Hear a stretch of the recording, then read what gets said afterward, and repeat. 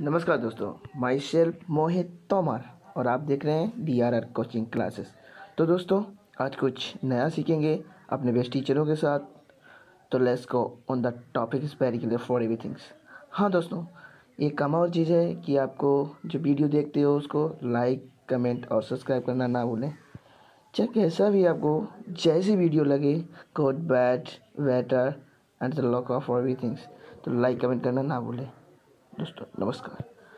तो चलते हैं अपने टॉपिक की तरफ। आज का टॉपिक क्या है? तो लोग बोलते हैं कि एक्सीडेंट के बाद आप जाके आए एंड ऑल तो द सिंपल था कि मैं एग्जाम के लिए निकला। मेंस मेरा था, सुबह GS3 का पेपर था। 8:30 को मेरा स्कूटी स्लिप हो गया, मेरा लिगामेंट इंजरी हो गया, लेफ्ट हैंड में इंजरी था, सीट से ब्लीडिंग हो रहा था। लेकिन मेरे पास दो ऑप्शन थे। मैं खड़ा हुआ, मैंने देखा, okay my right hand is safe and I decided I will go to the exam hall and write the exam. मेरे पास दो ही ऑप्शन थे। या तो मैं वहां से उठ के रोने लगूं, यार मेरे साथ ही ऐसा क्यों हुआ, मेरा एक्सीडेंट हो गया, मेरा मेंस खराब हो गया और हॉस्पिटल जाओ। या दूसरा ऑप्शन था कि मैं देखूं कि मैं 3 घंटे और सर्वाइव कर सकता हूं। हाँ, कर सकता हूं। मैं मेंस के लिए एग्जाम हॉल में गया। ये जितने भी फोटोग्राफ्स लगे हैं, सर ने जैसे बताया कि जितने भी इंसान सक्सेसफुल हुए, अगर आप उसकी लाइफ स्टोरी देखेंगे तो कहीं ना कहीं एक मोमेंट आता है जहां पे वो इंसान की जो स्ट्रगल है वो पीक पे हो जाते हैं। वो इस मोमेंट पे आपको डिसाइड करना है कि आपको वहां से यू टर्न लेना है या आपको वहां से आगे निकलना है। इन सब लोगों ने डिसाइड किया कि उनको वहां से आगे निकलना है। एंड दैट इज द फंडा ऑफ लाइफ। सक्सेस उन्हीं को मिलता है जो इस स्ट्रगल वाले मोमेंट से आगे निकलने की सोचता है। जब भी आपको लगे कि आपके सिर पे बहुत मुसीबत है, जब भी आपको लगे कि आप हर तरह से गिर चुके हैं, जब भी आपको लगे कि आपके पास कोई ऑप्शन नहीं है, for such inspirational talks. I hope you guys liked it. And now I call upon the stage Mr. Saifin Hassan. He's the youngest IPS officer of our nation who got selected in the year 2017. Coming from a common background with a lot of hard work, he has cleared his exam in the first attempt at the age of 22. I would like to invite Mr. Saifin Hassan. Thank you.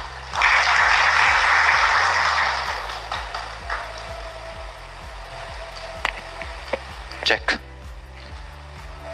तुम्ही सगळे कसे आहात? इतना ही आता है। So first of all, cultural capital of Maharashtra और Oxford of the east जिसको कहा जाता है, ऐसे पुणे के सभी लोगों को गुजरात का वंदन। लास्ट प्लेयर, लंबी पारी खेलनी थी लेकिन टाइम हमारे पास बहुत कम है। जितना एसेंशियल है, जितना बहुत इंपॉर्टेंट है, उतनी चीजें मुझे बतानी है। सी, यूपीएससी हो या मैंने जीपीएससी क्लियर किया क्लास 1, गुजरात में रैंक 34 था। यूपीएससी क्लियर किया, rank 570 IPS, becoming the youngest IPS of Gujarat at such a early age. And then people come to you and बोलते हैं आप बहुत नसीबदार है, you are very lucky. I tell them in reverse, luck favours the brave. कोई अपना luck साथ में लेके नहीं आता, वो बनाना पड़ता है। अगर आपके पास रिस्क लेने का एटीट्यूड है, सी मैं गुजराती हूं and we know the business, and business का एक ही फंडा है, higher the risk higher the profit.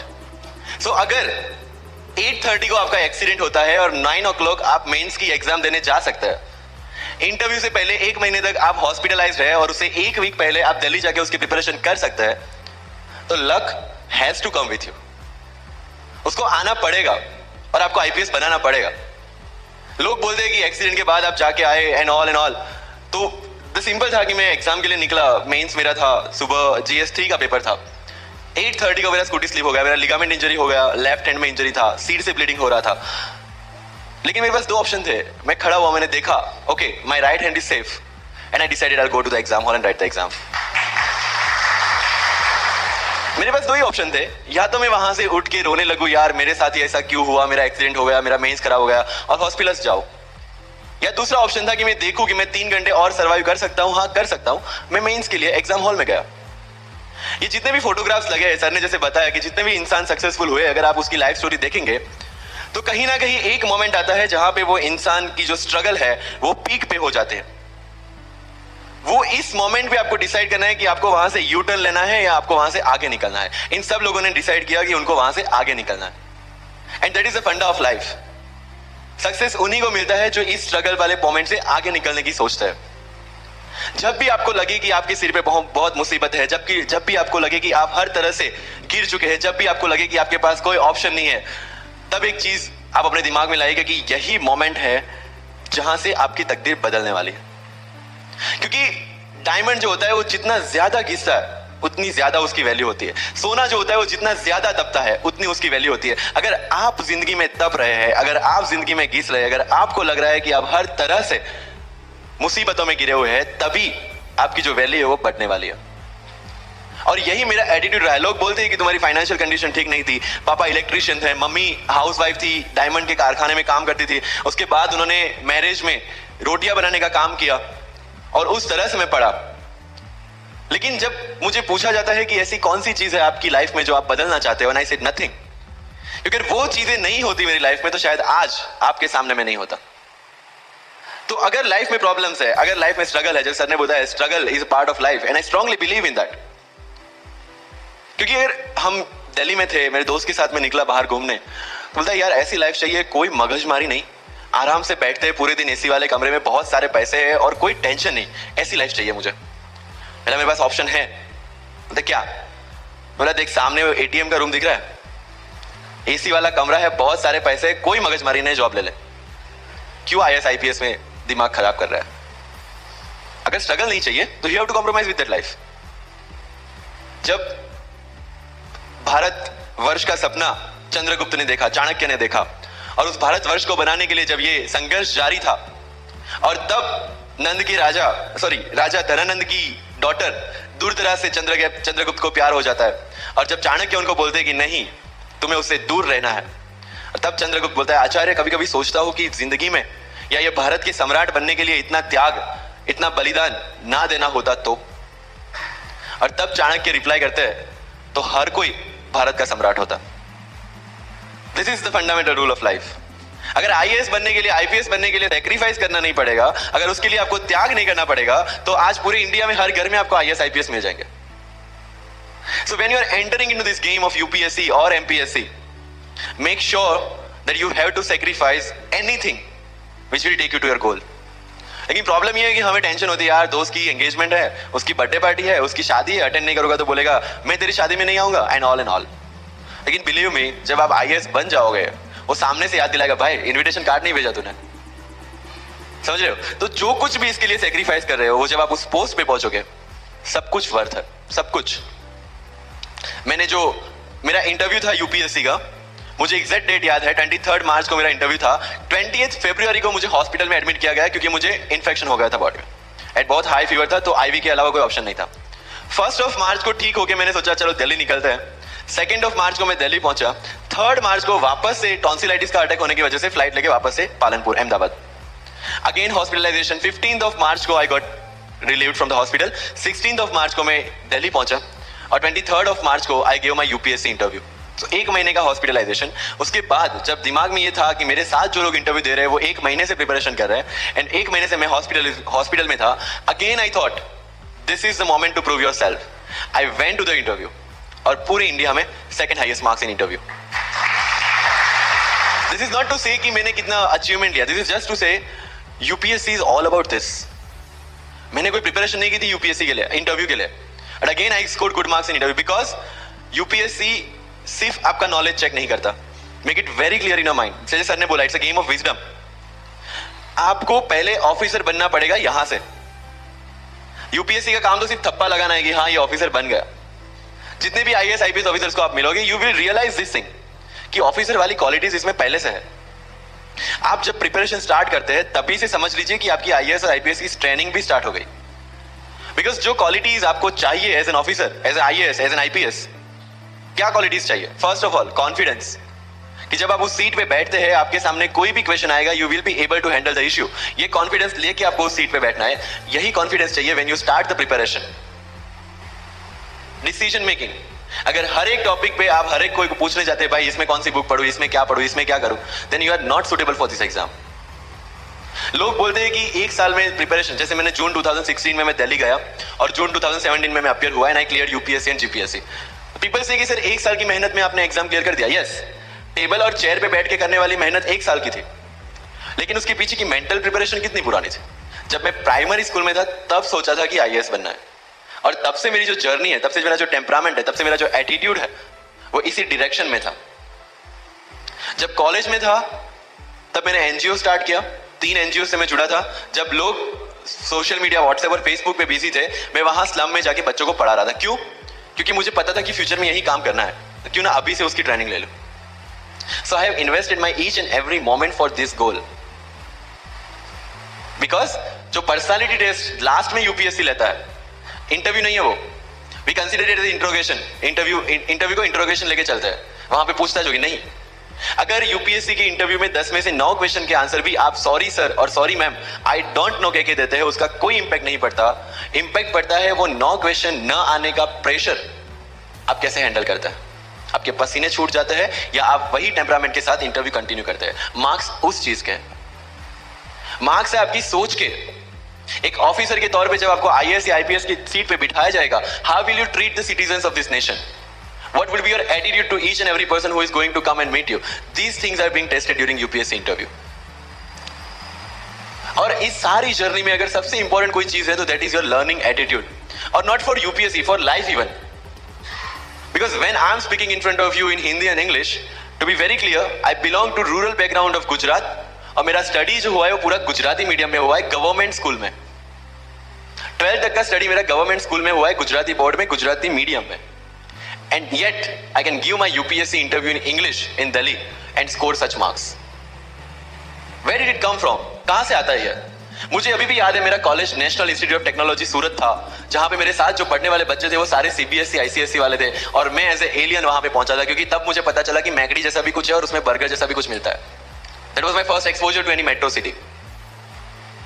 And जब मैं उनसे इंटरेक्शन करता था और इंग्लिश बोलने की ट्राई करता था, तो जैसे संजू मूवी में इंग्लिश दिखाया गया है गुजरातियों का, जो जीरो को जीरो बोलते हैं, उसी तरह I was also like that. Mother tongue influence आ जाता है, it's very obvious. So I used to speak notes and not notes, और डोर एंड नॉट डोर, और don't and not don't. So they used to make fun of मी।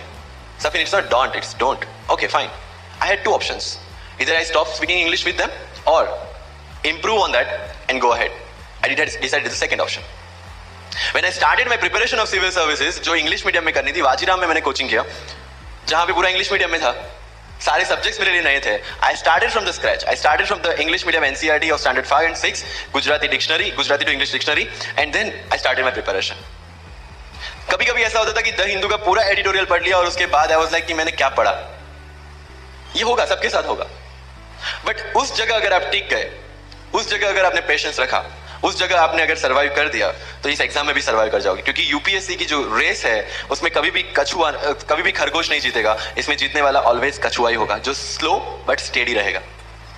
लग जाते हैं 5 साल भी लग जाते हैं, 7 साल भी लग जाते हैं, 9 साल भी लगे हैं लोगों को एग्जाम क्लियर करने के लिए, लेकिन बिलीव में जब रिजल्ट आएगा ना, तो वो सारा सेक्रीफाइस आपको वर्थ लगेगा।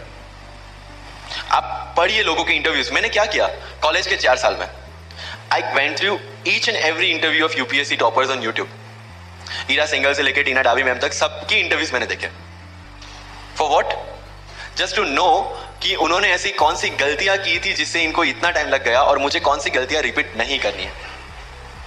क्योंकि चाणक्य ने कहा है कि दूसरों के एक्सपीरियंस से जो सीखते हैं ना, वो जल्दी आगे आ जाता है, क्योंकि खुद सब कुछ अनुभव करके सीखने के लिए जिंदगी काफी छोटी है।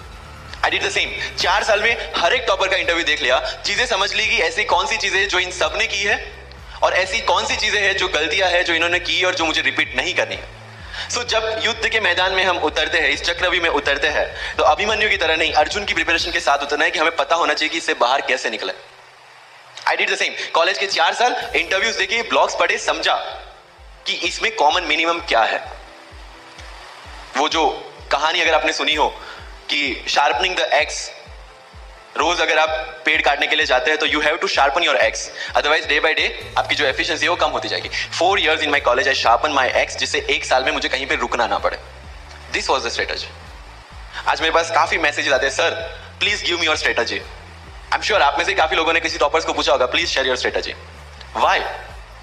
हर एक की स्ट्रेटजी अपनी खुद की होती है। अगर आज 990 लोग यूपीएससी में सिलेक्ट हुए तो यू विल गेट 990 स्ट्रेटजीज, क्योंकि हर एक की स्ट्रेंथ और हर एक की वीकनेस अलग है। You have to understand this. आप कभी डॉक्टर के पास जाते हैं बीमार होके, और कभी डॉक्टर को ये बोला है, सर जो आगे वाले पेशेंट को दी ना, मुझे वही मेडिसिन चाहिए। डिड यू से लाइक दैट?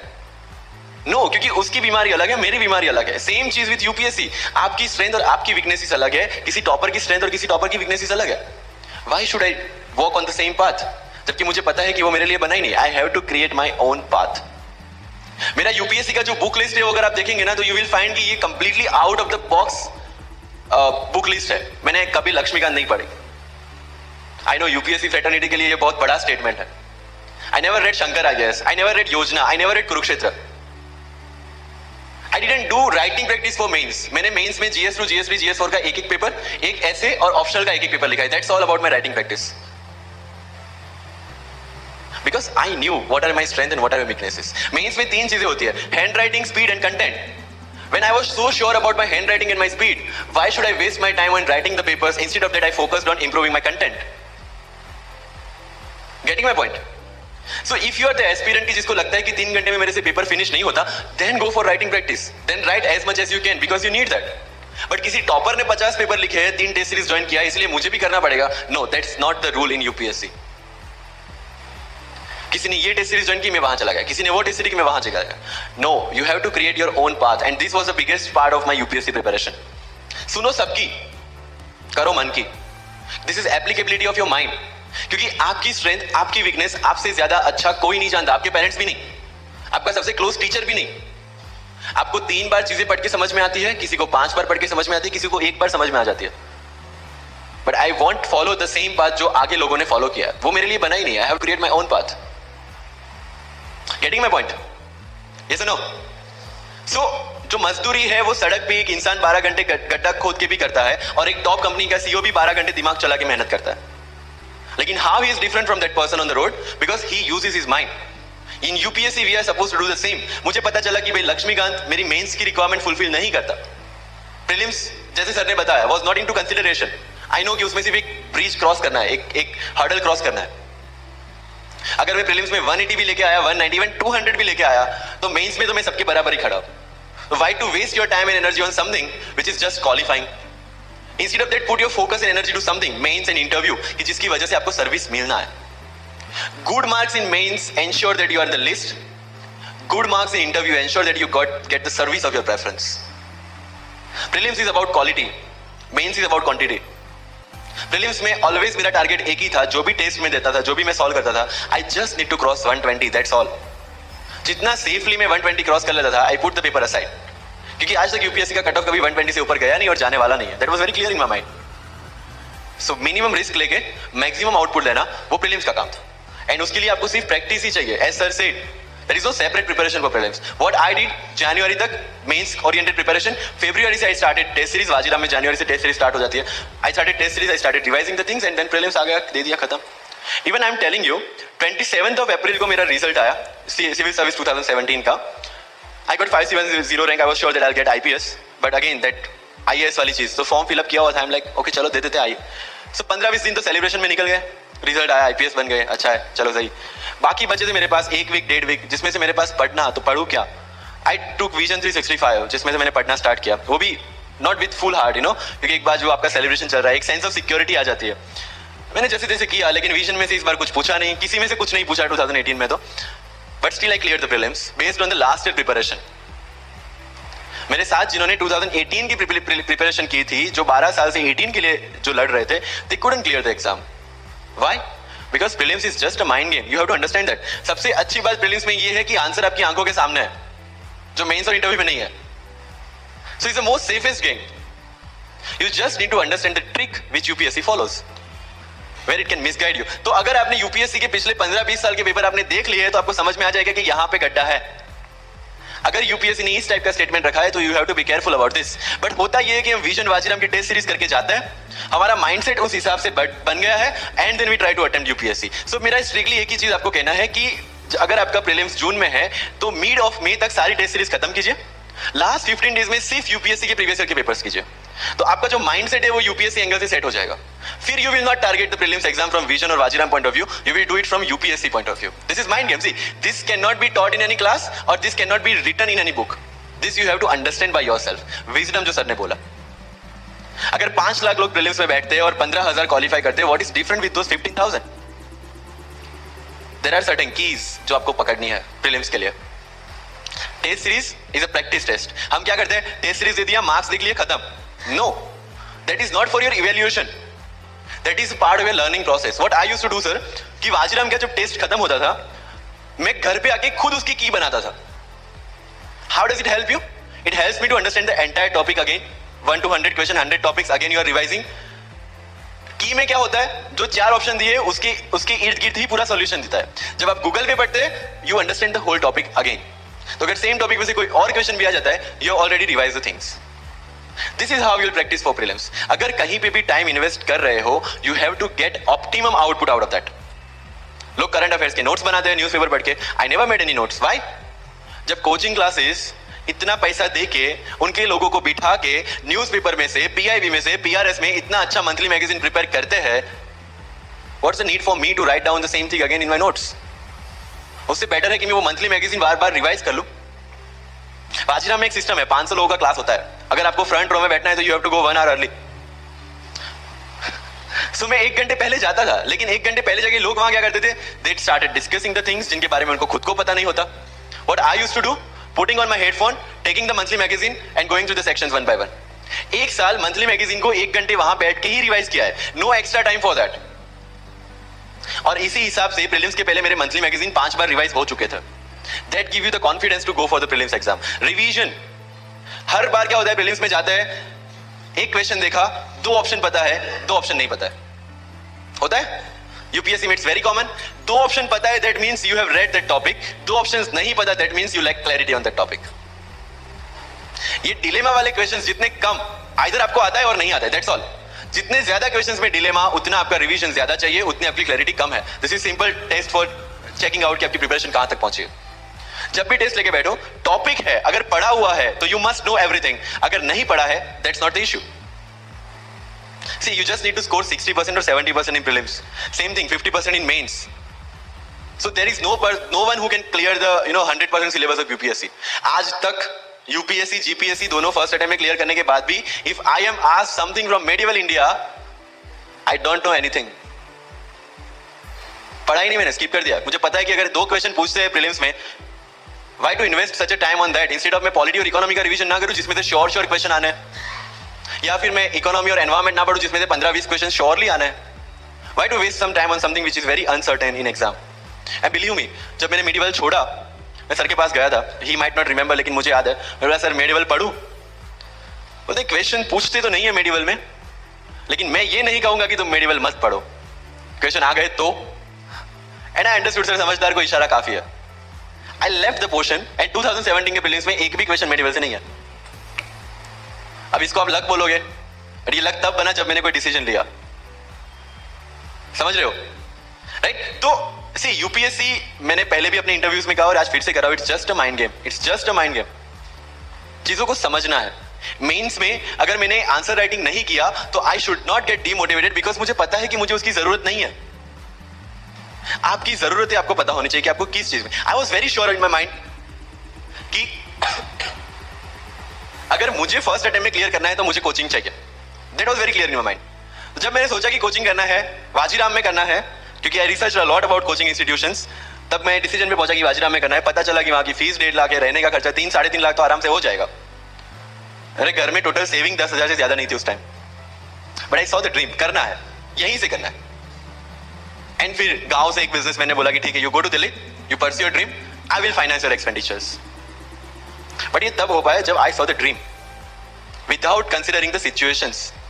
इसलिए ओम शांति ओम का एक डायलॉग जो मुझे सबसे ज्यादा फेवरेट है, अगर किसी चीज को पूरी शिद्दत से चाहो तो सारी कायनात तुम्हें उससे मिलाने की साजिश में लग जाती है। मेरे साथ ऐसा ही हुआ, क्योंकि मैंने शिद्दत से चाहा था यूपीएससी को, और जिस दिन दिल्ली में मैंने पैर रखा था, उसी दिन मेरे दिमाग में क्लियर था कि मेरा फर्स्ट अटेम्प्ट ही मेरा फाइनल अटेम्प्ट होगा।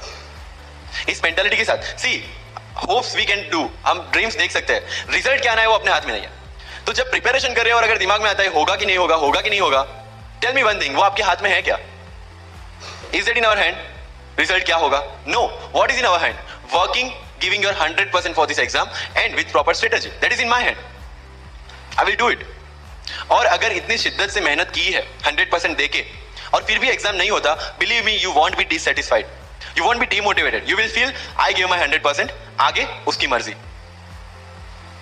ये एटीट्यूड के साथ रहना है इस एग्जाम में। मेरी बातें थोड़ी मैं ये नहीं बोलूंगा कि यूपीएससी में प्रीलिम्स में 2 पेपर होते हैं, मेंस में 9 पेपर होते हैं, इंटरव्यू इतने मिनट का होता है। No, that is very much available on internet. What I want to focus is what are the pre requirements to enter into this field. इस चक्रव्यूह में उतरने से पहले कौन सी तैयारी आपको करके उतरनी है। And very first and most important is confidence. मुझे याद है मेरे क्लास में एक स्टूडेंट था हु वाज अ डॉक्टर। वो प्रिपरेशन कर रहा था। जब भी क्लास में कोई भी क्वेश्चन पूछा जाता था ना, he was always ready to answer। कोई भी irrespective of the subject, irrespective of the faculty, answer उसके पास रेडी था। and my friends are भाई, he is so talented, so intelligent, हमसे कैसे हो पाएगा? I mean like why do you judge yourself based on his own parameters? UPSC में एक vacancy नहीं है, there are 1000 vacancies। अगर वो एक भी लेगा तो 999 है हमारे लिए। Why to think about that one seat? And he couldn't clear the prelims of that year, even 2018 वाला भी। So understand this, it's not about your intelligence, it's not about how much you know, it's about how well you can express the things। So अगर mains में questions के answer लिखने हैं, facts लिख के आ जाओगे, you will feel that you won't get selected in the exam, because it's about understanding। You have to connect the links। Current affairs में अगर कुछ पूछा है तो उसको बेसिक्स के साथ आप कैसे कनेक्ट कर रहे हैं। अगर ज्योग्राफी में कुछ पूछा है तो हिस्ट्री के साथ आप कैसे कनेक्ट कर सकते हैं। हिस्ट्री में कुछ पूछा है तो इसको इकोनॉमिक्स के साथ, सोसाइटी के साथ कैसे कनेक्ट कर रहे हैं। These are the things you need to learn in UPSC। But in सारी चीजों के लिए, whether you appear for prelims, whether you appear for mains, or whether you appear for interview, one thing is very much needed, that is your confidence। और कहां टूटता है ये confidence? If I am reading current affairs for Vision IAS और मेरा दोस्त insight लेके बैठा है, तब मेरे में इनसिक्योरिटी आ गई, यार ये इनसाइट पढ़ रहा है, मैं विजन कर रहा हूं, कहीं छूट गया तो। आपने इनसाइट स्टार्ट किया, फिर कोई नेक्स्ट आईएएस का लेके आ गया, यू विल फील लाइक यार नेक्स्ट आईएएस करना पड़ेगा। उसने नेक्स्ट आईएएस, आपने नेक्स्ट कोई वाजीराम लेके आ गया, कहां पे भटकेंगे? You have to stick to one resource, क्योंकि यूपीएससी का सिलेबस सेम है, हर एक क्लासेस का मटेरियल सेम है। डिफरेंस कहां आता है कि 10 बुक लोग एक बार पढ़ते हैं, एक बुक आप 10 बार पढ़ रहे हैं। मुझे याद है जब मैं ये 1 घंटे में वाजीराम का करंट अफेयर्स पढ़ता था, वहां पे बैठ के everybody was with vision IAS current affairs, but I was very much clear कि विजन के करंट अफेयर्स से they can clear the prelims, but mains का कंटेंट नहीं मिलेगा। जो मैं पढ़ रहा था that was specifically designed for mains, and I continued this Vajiram without getting affected what other people are doing। Coaching में भी ये सेम होगा, your classmates will be doing something, you will be doing something। जब लोग ने लक्ष्मीकांत नहीं किया, I didn't do Laxmikant, I didn't read योजना, I didn't read Kurukshetra, but I was so sure about my mind कि इसकी जरूरत नहीं है। योजना में करते क्या है, किसी एक टॉपिक के जितने भी करंट इनिशिएटिव है गवर्नमेंट के, उसको बना के एक पूरा मैगजीन बना दिया। When you are reading the newspaper, when you are watching the Rajya Sabha TV, when you are reading the monthly magazines, जो सारी करंट अफेयर्स को ही कवर कर रहा है, तो उसी चीजों को उन्होंने सेग्रीगेट करके अलग दिया है। अब उसमें आप 3 घंटे अलग से वेस्ट करो, उससे बेटर है कि वो 3 घंटे उसी चीजों पे डालो जहां पे आपने ऑलरेडी पढ़ रखा है। So with minimum material, minimum required material, you have to give your optimum output। Multiple resources ले जाने का कोई मतलब नहीं है, you will be confused। and जो फर्स्ट टाइमर थे उनके लिए बोल रहा हूँ कि your first attempt is your best attempt, क्योंकि आपके पास लिमिटेड होता है। क्या होता है, ज्यादा पढ़ के जाते हैं ना जब मेंस में, ये लिखूं वो लिखूं ये लिखूं, उसी में कंफ्यूज, उसमें आता ही बहुत लिमिटेड है, लिखना भी लिमिटेड है, right. So it's about your limited knowledge with maximum understanding. अगर किसी चीज को आप समझते हैं तो उसको अच्छी तरह से सारे डायमेंशंस को ध्यान में रखते हुए समझ लीजिए, दैट्स ऑल। मैंने जब यूपीएससी के बेस पे जीपीएससी का एग्जाम दिया, Gujarat public service commission class 1, तो मैंने कोई जीपीएससी के लिए अलग प्रिपरेशन नहीं किया था। जो यूपीएससी का प्रिपरेशन था उसी के दम पे जीपीएससी का एग्जाम दिया, लेकिन सिलेबस कितना टारगेट किया जो दोनों में कॉमन था। उस कॉमन सिलेबस के बेस पे मैं गुजरात में ऑल गुजरात रैंक 34 ला पाया। And one more interesting thing is that I did my entire preparation in English from scratch to the end in Vajiram, which is English medium institution. I wrote my mains in Gujarati, entire mains with Gujarati literature as an optional subject, for which I didn't prepare in Delhi. See the level of uncertainties, but that was well designed according to my strengths and my weaknesses. I knew कि मेरा schooling Gujarati medium में हुआ है, the way I can express in Gujarati I cannot express in English, and UPSC mains is all about ethics, essay and optional, in which you have to write your own thoughts. Why should not I join Gujarati medium? Preparation English में था, लेकिन वो किस लिए था? To understand something. Once you have understood something you can represent in English as well, Gujarati as well, Hindi as well. So medium का तो कोई क्वेश्चन यूपीएससी में कहीं पे भी नहीं आता है, believe me. If you have understood the things well, you can represent in any language. And UPSC don't see your fluency and accuracy in the language. It sees your clarity and the way you express the thoughts. So never ever be confused about your medium of exam. Choose the medium जहां पे आपको लगता है कि आप अपना 100% दे सकते हैं. और अगर फिर भी confusion है, take a essay topic, write down one essay in Marathi or Hindi or whichever language you are confused with, and write the same topic in English. Get it evaluated by yourself only and see where you have given your 100% and optimum output. That is your language which you can choose for the mains. That's all. UPSC में interview English में दे या हिंदी में दे, जिस language में आप अच्छे से clarify कर सकते हैं उसी लैंग्वेज में देना है. That's all. सर कितने घंटे पढ़े? One test. रात को जब सोने जाते हो अपने आप से पूछो कि आज के दिन में कितना टाइम वेस्ट किया. वो वेस्ट होता टाइम जब कम होता दिखे, समझ लेना कि you are on the right track. Never ever go with the quantitative parameters. 2 chapter खत्म करने हैं, 5 चैप्टर खत्म करने हैं, 15 घंटे पढ़ना है. No, it's very mechanical. You have to be very careful about these things. And one very very clear thing which the classmates of mine have done the mistake. Never go for any shortcut. It will never help you in UPSC. लोग क्या करेंगे? Monthly magazine पढ़ेंगे through out the preparation, और फिर last 2 महीने में they will take 365. जब पढ़ा है और उसी में से वो मटेरियल बना है, तो जो चीजें पढ़ी है उसी को बार बार रिवाइज करने का क्यों हम नहीं सोचते? When you will read one thing for 5 times, 6 times, believe me, you will get the thorough understanding of that particular topic. But अगर सेम टॉपिक को आप किसी और बुक में से पढ़ेंगे ना, you will have to start from the scratch. क्योंकि माइंड की मेमोरी जो जिस हिसाब से काम करती है, आपको उस हिसाब से काम लेना है उसके पास से. I have never asked any senior about, sir इसके लिए कौन सी बुक पढ़े, इसके लिए क्या करें. हाँ, अगर कहीं डीमोटिवेट होते हैं, कहीं आपको मोटिवेशन की जरूरत पड़ती है, कहीं आपके नेगेटिव मार्क्स कम ज्यादा हो रहे हैं या फिर प्रीलिम्स में आपका स्कोर कम है, you can definitely ask them कि मेरी मिस्टेक कहां पे हो रही है. बट रिक्वायरमेंट हमारी अलग है, तो जरूरतें हमारी अलग है, तो सोर्सेज भी हमारे अलग होंगे. तो मुझे जब लगा, एंड मेरी पूरी preparation mains and interview oriented ही थी, प्रीलिम्स के ओरिएंटेड मैंने कुछ नहीं पढ़ा. I never read India yearbook as well, क्योंकि पता है इंडिया ईयरबुक में होता क्या है, करंट अफेयर्स का updation. We are reading current affairs monthly magazine जो लोग हर जगह से उठा के बनाते हैं. Why to waste your time and energy on something which is a repetition of the same thing? So you have to be very smart in your approach. And one thing, अगर civil service में जाना है और इस game में टिकना है, तो आपका जो इंस्पिरेशन होना चाहिए, that should be from within. आपको IAS IPS क्यों बनना है? This is the fundamental question. और जब भी डीमोटिवेशन जैसा लगे, जब भी लगे कि मेरे से नहीं हो पा रहा है, ask this question to yourself. अगर कन्विक्शन स्ट्रॉन्ग होगा क्यों बनना है, you will be able to stay in this game. लेकिन अगर पैसों के लिए जाना है, मटीरियलिस्टिक गोल्स लेके जाना है, believe me, UPSC checks our presentation but God checks our intention. This is very much clear, which I have felt, which I have seen. With what intentions you want to enter into service matters a lot. If you feel for the downtrodden, if you feel that you want to work for the nation, if you feel that you want to give something to the society, then only come into this service. If you want to make money, join some corporation. So with clear intentions, with clear inspiration, you have to enter into this game, and with lots of confidence. Don't take certificate from others. आज तक life में हमने यही किया है. अगर किसी marriage में भी एकदम बन ठन के गए हैं, लेकिन जब तक सामने वाला मुझे नहीं बोलता dude you look good today, हमें सेटिस्फैक्शन नहीं होता. Isn't it? We want certificate from others. No. कोई जब तक मुझे आके नहीं बोलता कि तेरे से यूपीएससी हो पाएगा, तब तक मुझे खुद कॉन्फिडेंस नहीं होता कि मुझे यूपीएससी करना चाहिए नहीं करना चाहिए. या अगर कोई मुझे आके बोल देता है कि भाई 3, 4 साल 5 साल तो लग ही जाएंगे, तेरे बस की चीज नहीं है, अगेन मैं सोचने बैठ जाता हूं. कुछ लोग तो, मेरे गुजरात में तो ये कल्चर है, यहाँ पे ये कल्चर है नहीं पता, लेकिन सम पीपल थिंक पहले एमपीएससी कर लो, पहले क्लास 3 क्लास 2 कर लो, फिर यूपीएससी के बारे में सोचो. ऐसा है यहाँ पे? यस और no? But you have to understand कि एमपीएससी जो है, जो क्लास 3 क्लास 2 एग्जाम्स है, उसकी रिक्वायरमेंट यूपीएससी की रिक्वायरमेंट से कंप्लीटली अलग है. अगर एमपीएससी ये पूछता है कि स्टैच्यू ऑफ यूनिटी कहां बना है या किसने बनाया है, उसमें कितना केजी गोल्ड यूज हुआ है या उसका आर्किटेक्ट कौन था, UPSC will ask statue of unity होना चाहिए या ना होना चाहिए.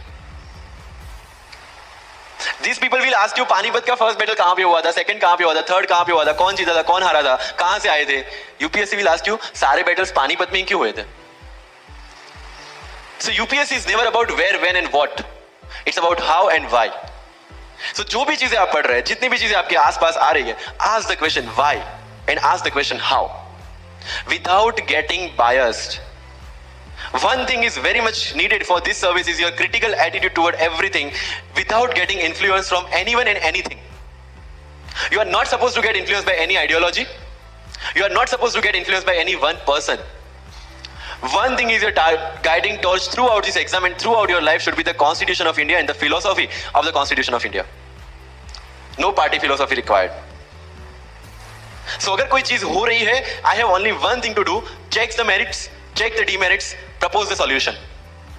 If there is a demonetization, what will be the advantage? What will be the disadvantage? What could have been done and what should be done? That's all.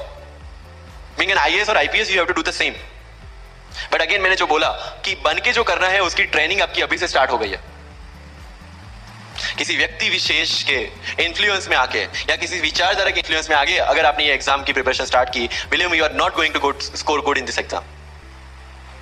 UPSC has its own checks and balances. Prelims खत्म कर लिया, mains में फिर से होगा, mains निकाल दिया, interview में फिर से होगा. देयर आर 3 स्टेप्स इसीलिए रखे गए ताकि डिजर्विंग कैंडिडेट्स आ पाए. And if you have any reservation in your mind कि अगर मैंने मराठी मीडियम में रह के पढ़ाई की है, या मेरा फैमिली बैकग्राउंड अच्छा नहीं है, या मेरी एज ज्यादा हो गई है, या मैं वर्किंग प्रोफेशनल हूं, उसके साथ में कैसे एग्जाम करूं, हर एक प्रॉब्लम के लिए we have the solutions and we have the examples जिन्होंने अलग अलग तरीके से प्रिपरेशन की है.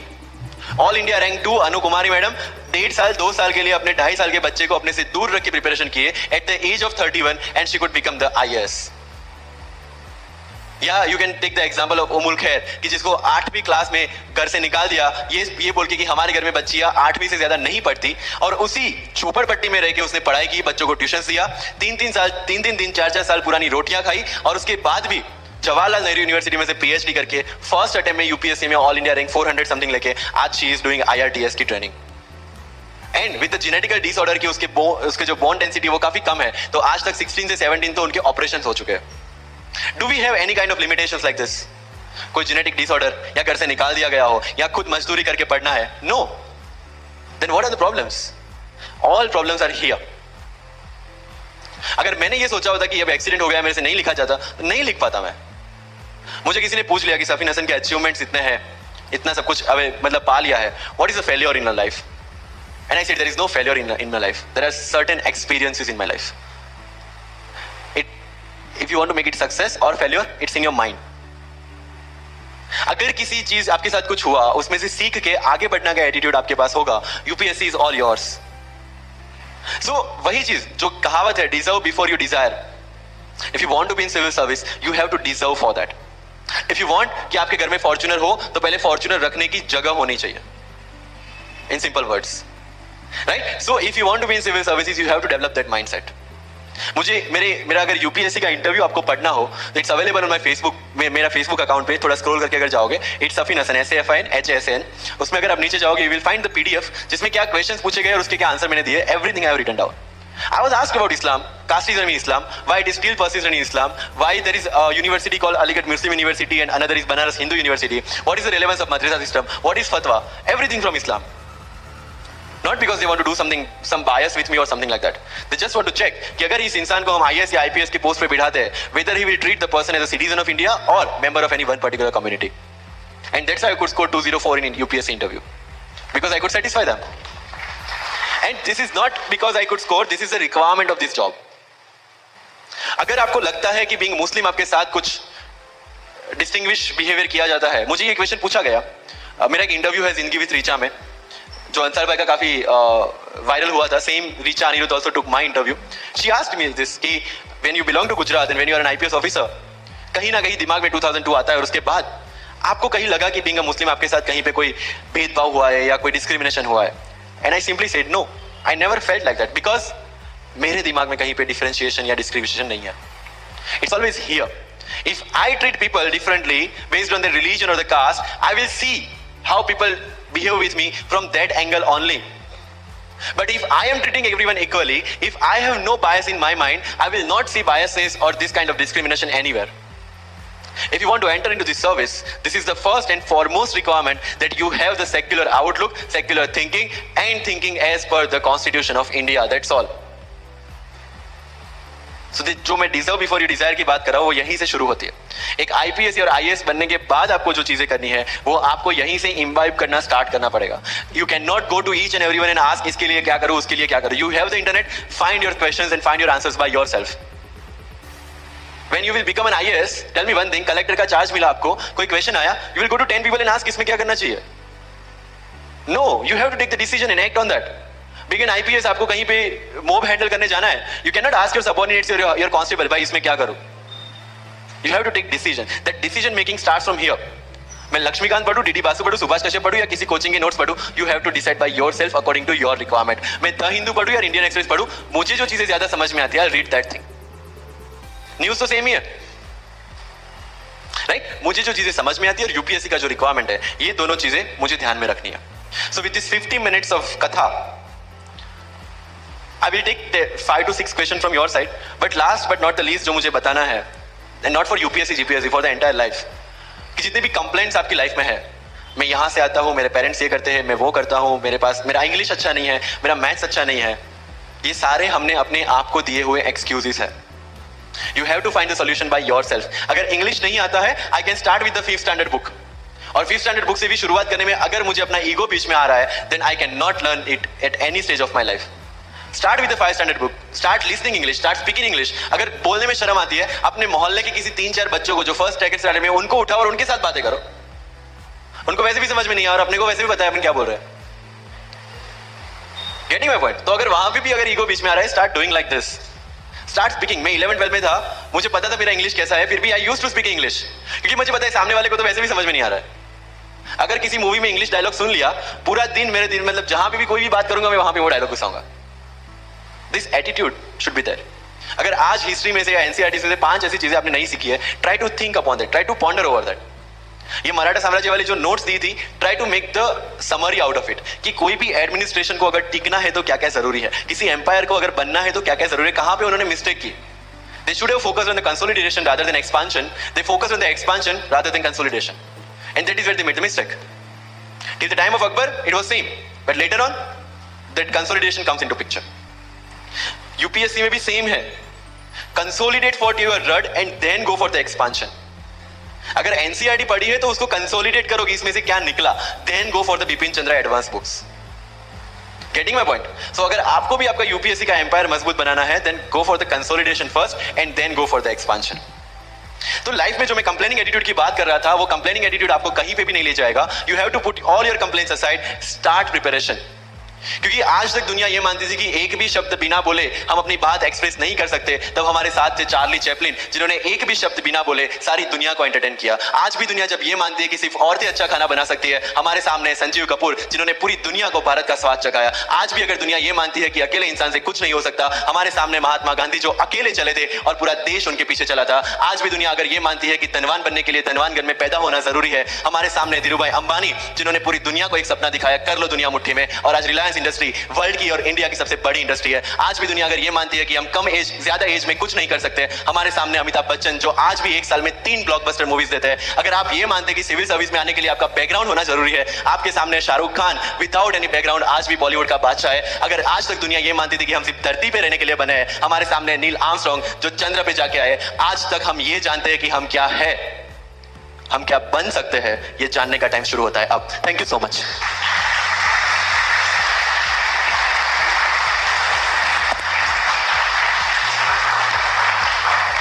Wow, that was full power. Thank you very much, sir. So, yeah, so I would request all my volunteers to come around, and also we would like to present some Thanksgiving memento to our beloved guests. And